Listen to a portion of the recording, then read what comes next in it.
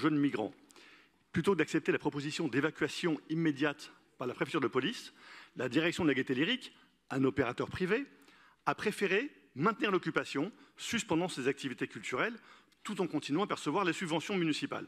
De nombreuses associations d'extrême gauche sont installées dans ce squat et ont accompagné les migrants, les bourrant d'ailleurs de discours assez nauséabonds. J'ai pu le constater en participant à une réunion sur le parvis, en échangeant avec et des migrants et des militants de ces associations comme Révolution Permanente ou le NPA. Benoît Hamon, président de l'association Singa, qui est membre de la nébuleuse qui pilote la fameuse fabrique de l'époque, était bien là, mais toujours pour défendre l'association et les migrants, jamais les riverains, jamais les commerçants voisins et encore moins les salariés de la Gaîté Lyrique. Parce que très vite, les tensions sont apparues.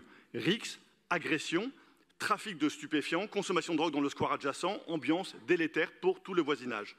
Une restauratrice voisine, je vous rappelle, a subi des menaces de viol et de mort. Et dans l'établissement même, les salariés ont fini par exercer leur droit de retrait face à l'atmosphère devenue toxique, irrespirable. Ce n'était plus un projet culturel, c'était devenu un squat sous perfusion d'argent public. 3,2 millions d'argent de la mairie ont été engloutis dans cette volonté de ce regroupement de maintenir le squat. Enfin, l'évacuation a eu lieu grâce à l'intervention de Rachida Dati qui a demandé au préfet de police l'évacuation. Seulement 6 migrants ont accepté les offres de relogement car l'État a joué son rôle. L'État a proposé un relogement aux 450 migrants évacués. Les 3 millions d'argent public ont été versés à la Gaîté Lyrique. On ne sait pas comment ils ont été dépensés puisqu'elle ne fonctionnait plus. Opacité totale. Nous aimerions avoir les chiffres sur la destination de ces 3 millions d'argent public pendant quelques semaines. Mais voilà, la direction Lyrique revient frapper à la porte pour demander plusieurs millions d'euros supplémentaires. Et il serait temps de rappeler une évidence. Les Parisiens n'ont pas à payer pour cette irresponsabilité politique et financière. La Gaîté Lyrique doit rester un lieu de création.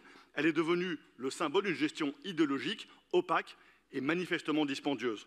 Et ce n'est pas aux contribuables parisiens, et encore moins au ministère de la Culture, puisque l'État a joué son rôle, d'éponger les dérives d'un système où les subventions servent à couvrir l'échec d'un militantisme mal déguisé en politique culturelle.